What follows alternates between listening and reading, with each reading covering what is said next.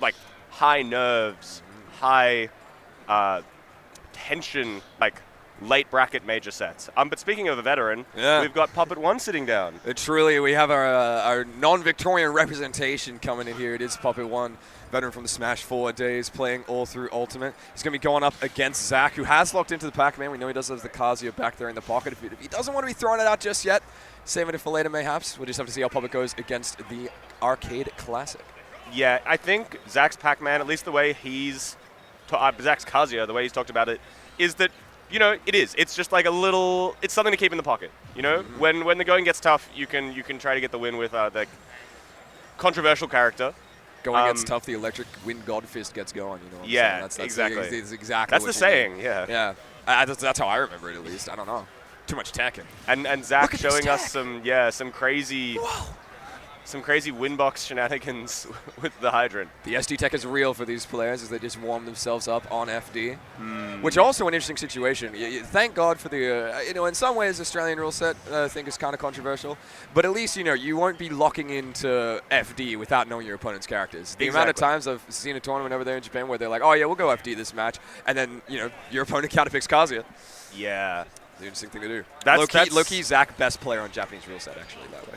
Probably. I think anybody with a Kazuya in the pocket, like Ghost as well, we've seen more of our kind of high top level pickup secondaries, and particularly secondaries which have that sort of, I don't want to say, that X factor is what I'll say. I was going to say something maybe a little less less honest, a little less honorable, but these characters have lots of X factor, and I know that That's a word for it. I was talking to Zav before, was a Peach solo main for a very long time, and he just picked up the min. He was like, yeah, Peach, sometimes she has to work too hard. Sometimes I just want to throw my little boomerang discs. Truly, truly. I mean, this is a game with many a character and many a different play style that you can equip to all these characters. Some taking more effort than others, and I think we're going to be seeing it with the Game & Watch here on Poppt side, but being a player of his caliber, you give a what some people would say more simple character to someone with a lot of game knowledge and a lot of experience when it comes to competitive play. They can take these simple tools and really run a mile with it. I mean, Game & Watch is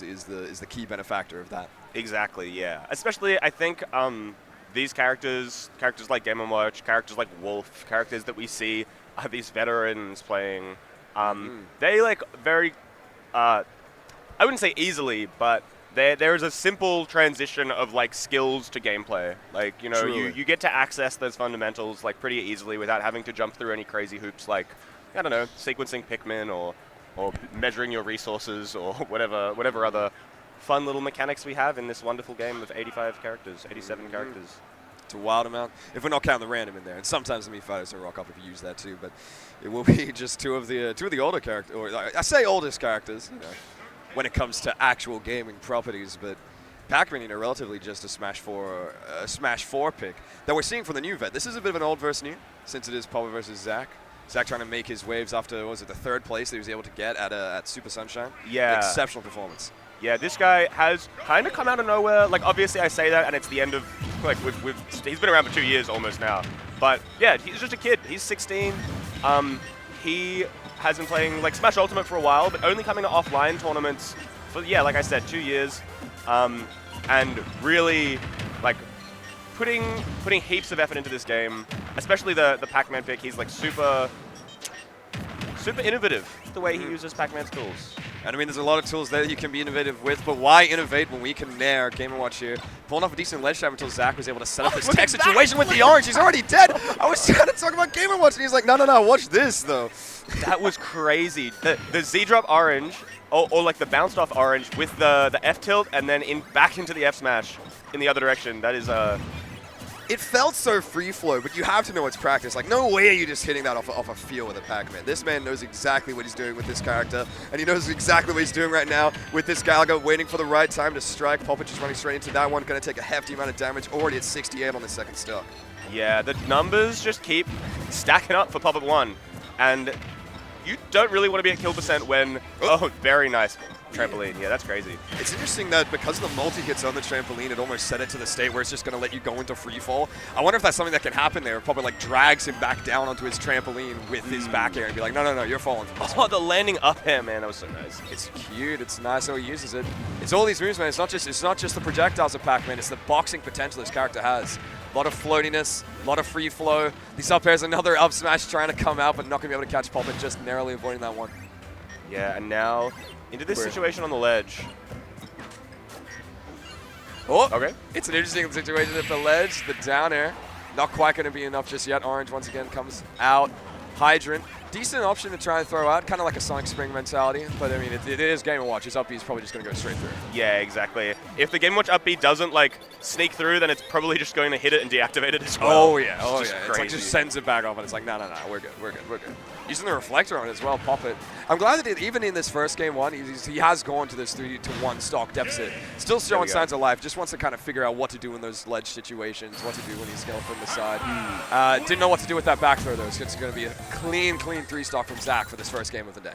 Yeah, for sure. I think Poppt1 historically, at least this weekend as well, has kind of taken his time to get into his groove, like we saw in that set versus Mast as well. Oh, yeah. You know, like the game one, even though that was a very convincing game for Zach, I think we'll see Jordan maybe pick it up a little bit, kind of ease into the first match of the day. Also a stream set. You know, we're all still waking up a bit. I wonder if he's had a coffee. You'd hope so. Yeah, you'd hope so. I mean, we're out here sipping on tea. This is some lovely tea. Yeah, it's fantastic. Shout outs. Yeah, TO situation here is great. All the amenities. Gotta say, the event has been absolutely fantastic so far. Yeah. It's what I've been hearing from the players and the people just around. You know, you put a Smash tournament in a gaming venue where it's like even if the games are done, there's still more to do around. So it's lovely to see. Yeah, pretty awesome. It's already on the second coffee. Too much coffee. Keep it to one. Yeah. But here we go. So I think.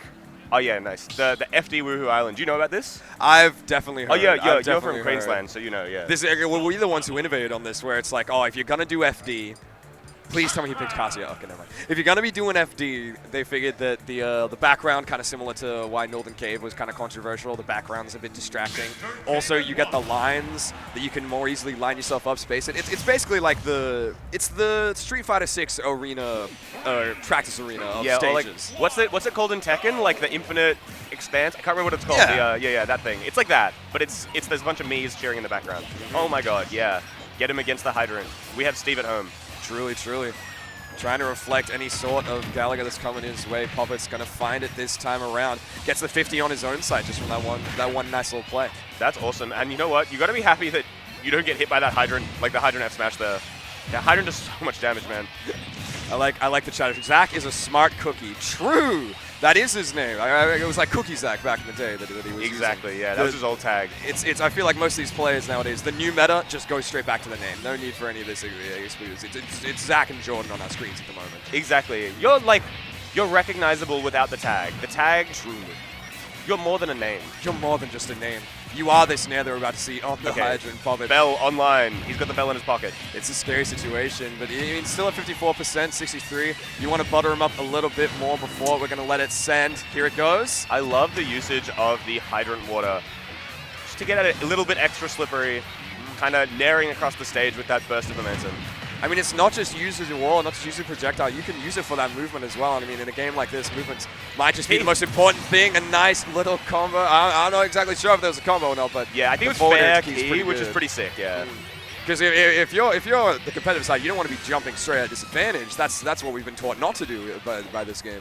Instead, just going to fall straight into it. I gotta say, I really like the high recoveries with the Pac-Man side B. Like, I think opting to not go low and have to deal with okay, but never mind. Well, that time he's getting punished with it. Okay, maybe I don't like it. It was good for a while, but you always got to keep the mix-ups coming. If you're just going to go for the same option over and over, especially with how laggy the Pac-Man side B can be, Poppt1's going to be able to send himself straight up there with his trampoline and get the up air off the top. Exactly. Honestly, it's not every day you see that up air kill at the end of the day. So yeah, you have to be pretty high up there. Right now, just trying to find a nair once again. Poppt1 knows his opening move that he wants. Zach right now has fruit out. So this is kind of the duality of man that we're seeing with Poppt play right now. Do I approach with a nair with some sign of hitbox, or do I approach with the bucket just in case Zach is trying to anti-aim me with one of his projectiles? Yeah, I think the defensive play from Poppt is working really well. It's kind of forcing Zach to commit to the grab a little bit more often, and we know that Pac-Man grab is incredibly punishable. That thing, wild. Like, yeah, big hit, big grab box and lingering, but oh my god, it takes so long. It's a tether grab all the same, does not matter, but that bell in hand, that very much matters. You can see Poppt keeping a good amount of distance here, respecting his opponent. It's what you have to do. Zach is going to be throwing that bell, doesn't want to deal with the shield situation for too long. How do you feel about the empty hops? Okay, there we go. Ow! Yeah, like those kind of full empty hops to drop the bomb with bell in hand on Zach. Don't you think that Bell is just going to cover that space? Or do you think Jordan, oh my god. I mean, he covered the hydrant there with his up smash, but I do get what you're saying when it comes to the bomb. If you're using the bell hitbox should just kill off the bomb. Yeah, it'll you just don't have air box. it. You just get hit with bell instead. So you see it here again with the forward edge just canceling it out, but Poppt able to catch Zach coming in from the air with these up airs.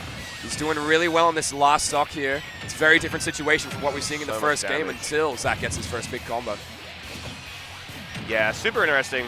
I think it's crazy that Game & Watch down air, because of the landing hitbox, one move has enough to kill the entire hydrant. Like, just one aerial. Just these bacons along the ledge. Zach, now you can see he's scared to go high. Gosh. Narrowly dodging that down. So you're going to win off of that? Oh, okay, he's cooking. Now, I don't know if that was out of respect because he knew he should have got hit by that down tilt, or if he was just trying to go for something silly, but the man is content build. Let's see if he can hit it. He was probably trying to set up a second hit from the bell, just to lock in that stock, but unfortunately, yeah, didn't manage to get it. The foot still into bell too. Probably just going to be rolling straight through the bell and past the grab of Zach. And actually left him will send him back off stage. Jordan not having too hard of a time actually to make it back from the ledge in these situations. Using his air dodge as well, using hitbox as well. That down air, not going to go punished. It's probably one of the moves one of the Game & Watch moves that is just barely punishable on him is that down air. You really have to capitalize on when your opponent whips with it. The key's online. Oh my god. Ooh. And that hydrant lived. Still alive, Zach. Gonna have to deal with another one of these ledge traps. It's a back air from Poppt1. And that's gonna take it. Seals away game two. A beautiful display of adaptation from that first game. And you know what? Jordan had to fight through a whole church tower worth of bells. There were so many bells that he had to get through. I think that's a little bit owed to the fact that Game & Watch maybe doesn't have the speed or like the pressure to really stop Pac-Man from charging fruit. So Zach was able to just like keep pulling these, out of hammer space, out of his pockets were filled with bells and keys. And yet Jordan, still managing to take that one with a nice little turtle edge trap. I hate that I've already forgotten, but what stage did we play game 1 on? Was it FD? Yeah. Is that just the one? So did they? Because that's what I'm thinking. Did they? I'm wondering if the situation here was, did they literally just go from normal FD to Woohoo FD and the match entirely changed pace? I don't know if that's exactly what happened there. Shout out to Woohoo FD. I think Zach probably would have chosen to go to Woohoo FD because obviously Mr. Game & Watch, he kind of blends in. This guy, I feel that. He's a two-dimensional LCD screen sort of cutout guy. Yeah, he kind of blends into the background on that FD, the dark background. So it is interesting that we bring up how Game & Watch looks, because the skin choice is a huge thing when it comes to this character. You'll find that most meta Game & Watches will play that like slightly tinged green, just so you don't really know when they're dodging in the air. It's really hard to tell with the color differentials, and it can come into play. I mean, if you're trying to catch your opponent air dodging out of the air, like Zach probably will be with some of these aerials, trying to scoop up, tries a nair at the moment, but just gonna choose to charge up for it instead. If Poppt not gonna be hitting you straight up, you might as well. Exactly. Yeah, if Poppt's deploying this wall of hellfire, then just charge the fruits. Ooh, or charge that F smash. Ghost gonna be sending him straight off to the side. Zach feeling like he's got the momentum from game 1 again, which was played on small battlefield. My bad, that wasn't the FD. Oh, true, yeah. His key as well, even at the low percent, just using it to get that little bit more damage. Knows that as long as you can tack it on, Game & Watch is a very small boy. If you can hit him with any sort of F smash towards those high 70% range, towards the ledge like we saw at the first stock, you don't need that much damage on him. Poppt with the bell! Poppt with the bell! What will he do? That is crazy that he got the freeze, but unfortunately, can't really get a follow-up there. It's not like Hero's freeze. Another F smash. Oh, no. These are the punishes we're seeing, and that's exactly the point where you want to find those punishes. When he's doing that down air, that might just come out into we can see John going for another one of these side Bs. Cheeky side Bs. He wants to get the kill, and he wants it now. You can see the smile on his face in the player game. He's like, all right, I'm getting cooked this game. We're throwing it away. What will we hit? This, 9. Honestly, like the multi-hit hammer there kind of kept Zach in shield and made it so he couldn't pick up the bell. So you know what? Maybe it was okay. All right, what's the next number? I'm saying 5. Are we betting on the game? I'm saying 5. I'm saying 5. Yeah, I reckon 7. All right. Let's see. If he hammers, he might not. What's he We doing? might just not see anymore. Oh, he's just like, oh, now I'm gonna start playing. Yeah, Gets back real. in. Yeah. GG's 69% 3 stock. That's not what you want to see coming into the 4th game here of this set. Zach up 2-1 at the moment. Just needs one more to continue his winner's run. And Poppt1, the content creator man himself.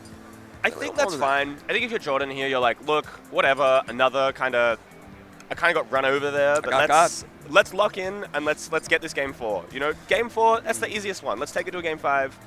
I wonder if, I don't know. I think sometimes the momentum slips out from under you when you're in that situation, especially against a character like Pac-Man, who, you know, you kind of lose your stock, and then he gets to charge another fruit, and then you come off the Angel platform, and then suddenly, you know, you're getting comboed for 60%, and then you get hit by an F smash, and then he's charging more fruits while you're dead. Truly. Yeah. It's one of those scary situations, especially where I think in a matchup such as this, we're looking at Pac-Man and Game & Watch. I feel like if Pac-Man is in the lead, Game & Watch kind of struggles to kind of bring that one back. Pac-Man can play around with his space, play around with his fruits. You're making him force a situation on you. You can almost think that Jordan, as soon as he was down at that such big a deficit, he's like, you know what? We just gotta go. We gotta go next. We gotta go next. I'm gonna try for content. Gonna try and hit some hammers, but I need to go next. I need to get the lead in this match, like I was able to get in game 2. We're gonna see that happen again. Incineroar. He's not playing Incineroar. Is he? He's changing his skin. Yeah. No. He is not playing Incineroar. Are you kidding me? I've seen him play the Incin, but I don't think that's the I don't think that's the way. Not just yet. The question marks from chat. Everyone's like, huh? Incineroar? Huh?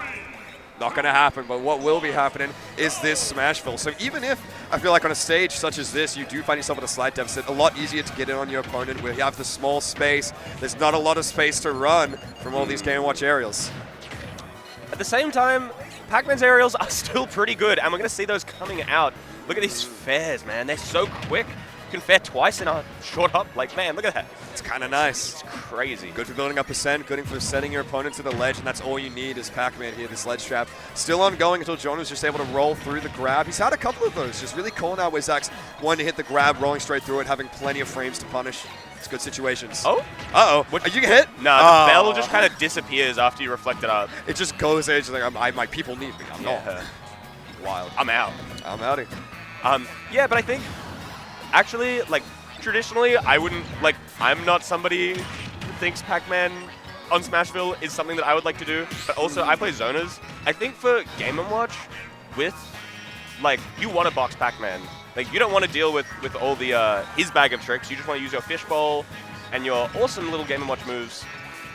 Truly. And I think about what's one of his strongest positions. What is Game & Watch's strongest position when he's ledge trapping you, when he's able to get those bacons, when he's able to call you out with these nairs. So on a stage like this, John going to be able to send him to ledge plenty of times. We see a similar situation right here. Okay, Zach opting to go high. It's something you can throw out every so often, as long as you're not doing it all the time, like we saw it get punished in that game too. I think, like, getting to evade, oh my gosh, first stock, first blood to Zach in this potential match point.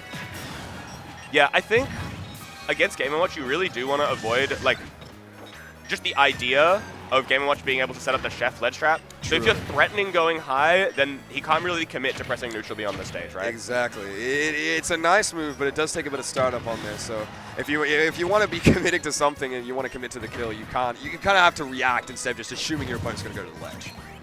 I mean, this is Smash. You see how much movement is given to all the characters in this game? You're not always just going to go to ledge. You got to go past it sometimes. Exactly. And Zach trying to sneak his way down, but it's just so hard.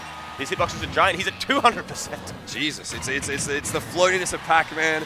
It's the struggle that he has to land in these situations. You can see Jordan here is just going to take the nice and easy route. And just any percent he can build and any safe kill move he can get, he's going to look for it. But Zach finally back on solid ground. I really like that double bell to cover cover him getting back onto the stage. But the up throw is going to take it for Jordan. And you know what? We are so back. 2 stocks all. Jordan is pretty solidly in control of this momentum here. He's finding these struggle situations time and time again now in this 4th game. It's really where he's able to make his money. This jab on the ledge as well. That's going to be a lot of damage all the way up to 73. Also, ledge trap will we see. Going to have enough time to get back to stage and pressure an option. Down smash, down smash. Yeah, I mean, sure. I think, like, in that situation, you can just deactivate the hydrant by down smashing, put out another hitbox to cover you. Like, I don't mind it. Zach was ready, but I see the idea. Attacks. Are they punishable, really? Like, exactly. In all things considered, look, gets it again, and wonderful way to send him off stage. Drag down nair, down smash. I love game over. Bit too antsy on his forward tilt with the chair there. He had the right call of Zach's neutral getup, but it's all about that timing in the situation. Apple kills on deck. Wait. He looked for the little wash the apple. Is that the official name, actually? I love that. No. I love that. That would be coin sick, it, coin it. That's right. Watch the apple. Watch the apple. Watch the apple. I love it. In the hydrant. Oh my gosh, another little puffing Billy in the corner. It's a good way to catch your opponent there. And he's trying to catch him with these falling back airs at the moment. Roll-throughs again. All these roll-throughs of Poppt just kind of crossing up Zach when it comes to him trying to throw a projectile or throw out these long end-lag moves, shall I say. He's doing wonders for him so far. I think, like the... Ooh, okay. That is going to do it, even with the trampoline there. I guess it's nice. It was almost scary that he was going to fall into it while it was red, I thought for a second. It's not how you want to see this game end, and Poppt not wanting this set to end just yet. He's going to be trying to take it to a game 5. Just has to keep these ledge traps and these juggle situations going. But Zach, not out of the woods yet. Crazy. Yeah, these guys, it's so tight. The bomb. Okay. Hold on. Down smash is coming out once more. What a commitment for that down smash. And he almost gets F smash for it as well. How is he keeping himself alive in these situations? It's a lot of pressure on you right now, especially from these up airs. Yeah, those up airs are so interesting because even if you shield them, they're still above your shield, which kind of locks you in there. You can't jump out, right? Especially with Poppt, if you can do like the up air, fast fall, up air again, just really lock him down the shield. You can wait till the shield goes down, go for back airs. There's a lot of mix-ups just of that one move. And what a reaction from Poppt. You know, to react to that roll, gets an F tilt, continuing this ledge trap situation. It's looking wondrous for our content creator man himself. Imagine the video, Jordan. Imagine the content. This is so scary. I took Zach to game 5. YouTube video about to be made. If he can survive the bell, because you're 100% a kill percent right now as Game & Watch. 75 is well enough. Pac-Man has got meat. He's got muscles. He's going to get the kill if he hits that bell. Oh, no! Finds himself just ahead of it. Sorry. Oh, I got scared for a second there, but the 2-frame from the F-smash. He's still alive, and the tech. Nice tech. He's not going to go just yet. Jordan keeping himself alive. The side B, that's punishable, but not spacing it well enough. And the key is flying off into the aether. Both of these players missing their windows of opportunity. I mean, for how well paced this game has gone as we're heading into the last minute, it feels like we're all just throwing options now right at the end. He's caught it as well. Caught the reflected melon. This projectile's going everywhere. This hitbox is going everywhere. Just wants to find one kill move. Somebody, please. This is so scary. You don't want to get hydranted. Exactly. It's like anything that can send you off stage with these two is scary. The up smash. He's going into his master. Oh, the back throw. Not enough. Jordan. How does he do it? The apple is in hand, though. Apple kill is on deck if he wants it. Throws it. Can't re-catch it. Makes it back to ledge with the up B and the air dodge. Up smash on the shield. Not punishable. Sir, the hydrant is going to be enough. We're seeing a game 5. Let's go. I don't know if you just saw Jordan's face, but he's like, the amount of relief that you would feel hitting that, like that insane scuffle that went for genuinely 45 seconds. Both of them at kill percent. We saw the Bell F smash unfortunately whiffing. We saw a side B from Zach whiffing, and then Jordan Ridley missing the punish on that. And then they were both just trading disadvantage and juggles for like 30 seconds. Oh man. The man's got plenty of fans off in the crowd. We can see as we go to this man. game 5. Lots of cheers for both of our players, Poppt1 and Zach. And I like to think that, you know, a bit of that veteran in him came out there in that last little scramble situation. He was really able to keep his composure, finding techs where he needs them, fighting air dodges in the right spots, and finally just being able to seal out that stock with the hydrant that was handed to him by his opponent. So Yeah, I think even though he wasn't like necessarily setting up like a trap to take the stock or like really finding an opening there, in that situation, like that high tension last hit situation, there is going to be an amount of like, oh, you just have to take what they give you. You know, like Zach is going to be playing incredibly reserved. He's going to be picking his fruit. He's going to be not really looking to get hit by any of the obvious telegraphed Game & Watch moves. So you know what? Using those safe smash attacks, like we saw up smash on shield, we saw down smash on hydrant, using these moves to just like put heaps of pressure on and be like, hey, look, there are these giant hitboxes on the stage. I have no lag. No way, the Kazuya for the game 5. Is this real? I had that feeling. I had that gut feeling that, you know what, even if Jordan's able to take this one to the game 5, Zach always has that little bit of mix-up up his sleeve, and what a sleeve that we see as the Kazuya comes out on FD as well. Why? This is crazy. He told you what character he was going to play. Why are we here? We're in Japan, Astrix. No, what's going on? Oh, the PTSD is striking true, but Poppt1 trying to see if he can strike two. Never mind, Zach gets his first electric, but not able to convert it. Poppt1 finding his way out of that combo. Jesus Christ, why are we here? Look, at least on FD, the disadvantage for Kazuya is going to be hard. Like, he's going to get juggled. He has a kind of hard time getting down, especially versus those big vertical hitboxes like the fishbowl and the steam on the up air.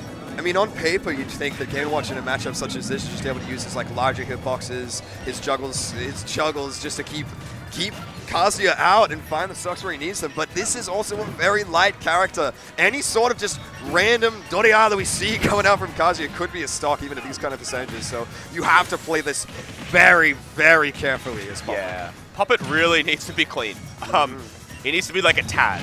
Like, seriously, any mistake is going to amount to electrics and up Bs and back airs and down Bs and rage drive down Bs, because that's also a thing. Any mistake or any bit of misknowledge, a grab here could do it. A up B here could do it. Any sort of smash, any sort of electric. There's so many ways for Zach to take the stock here. Poppt1, there we go. Gonna fall victim to it. That up B out of shield is gonna be taken at first. Still has rage out as well. That's a lot of damage. If you Jordan really needs to take the stock. This character, Kazuya, he lives for so long, and you don't want to have, like, you don't want to just, you want to limit the number of interactions you have with this guy. The more you do, the higher chance that you are just going to get killed. Truly, truly. Jordan right now just trying to use these bombs to lock Zach in his shield, but going to be able to play around it, finds another low electric and 70%. Once again, it's scary because you're at kill percent, that up B. Once more, are we seeing another 3-stock from Zach in this game 5? It's all Okay, all right. Not quite yet, not quite yet. Spoke too soon, and now Poppt1 with an immeasurable mountain to climb. I will say, FD, obviously an incredibly strong stage for Kazuya, but he doesn't have the platforms for the landing for those links. Yeah, It like does the electric links that Kazuya does. Oh, I'm hearing you. Yeah, I'm hearing no you. platforms means that maybe it'll take an extra interaction to kill our hero, Game & Watch. Content creator, Cook him a meal. Game & Watch got himself trying to just see his way through this match. Doesn't want to get hit by another electric. He's able to spot dodge that one. Gets a nice punish off of it. Ledge trap situation. Opting for a dash attack instead of the chef. I'm not sure if that's what you go for in that situation. No Are you way. dead? You're already going for the judges. So surely we haven't given it up just yet. I think, I don't know, the risk reward there is that like you hit the 9 and then, you know what? And It's then you next might have up, it. exactly. If you're feeling good on the RNG, you might as well. Go over the content. You took Kazuya FD Game 5 on winner's side of a tournament. Are you not doing it for content? No Let up way. smash this content. We saw the Hi, judge YouTube. almost come out as well. Yeah, exactly. He was like, yeah, I'm just one more for the road. Just one for the road, bro. One for the road. Damn. Crazy. Well, I will say that is winner's side. Poppt1 may Not have been otherwise. knocked out of the top of the bracket, but he still has a journey in that loser's bracket. Maybe we'll meet some familiar faces along the way, but congratulations to Zach taking it game 5 for what's looking like another great showing at a major. It's interesting to see, especially just throughout that whole set, that from the games that Zach was able to take, they were fairly dominant. 2 3-stocks with the Pac-Man, 2-stock with the Kazuya. It never really felt like he was under too much pressure until it was in those final scrimmage situations. It was really up to Jordan, who did an excellent job in those games 2 and 4, to bring it to those last situations. And then it really is that vet situation.